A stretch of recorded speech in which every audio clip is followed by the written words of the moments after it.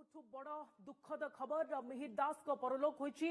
भेटरान अभिनेता मिहिर दास और नहांती एससीबी चिकित्साधीन अवस्था तांकर मृत्यु होईची एवं किछि दिन धरी से खूब असुस्थ रहिथिले, गुरुतर रहिथिले एवं तांकर चिकित्सा मध्य एक घरोई हस्पिटाल में चलीथिला बोली खबर आसुथिला किछि दिन तळे एवं मिहिर दासकर एबे परलोक होईची। भेटरान अभिनेता मिहिर दास और आम समस्तक गहणरे नहांती एससीबी चिकित्साधीन अवस्था तांकर मृत्यु होइतिबा खबर आसुची। ये बड़ दुखद खबर आम समस्तक पई, समस्त सिने प्रेमी एवं ओडिया चलचित्र जगत पई मिहिर दास को परलोक होईची। भेटरान अभिनेता और आम गहणरे नहांती एससीबी चिकित्साधीन अवस्था तांकर मृत्यु होईची। अनेक सिनेमा से अभिनय करिसेंती, अनेक धारावाहिक से निजर बलिष्ठ छाप छाड़ी जाइछंती एवं अनेक जदि कहबा ताहाले नाटक से अभिनय करिथिबार नजीर रहिछि एवं मिहिर दास एमिति जड़े अभिनेता जे कि भोला शंकर होई केतबेले दर्शक मानकु कंदाइछंती तो केतबेले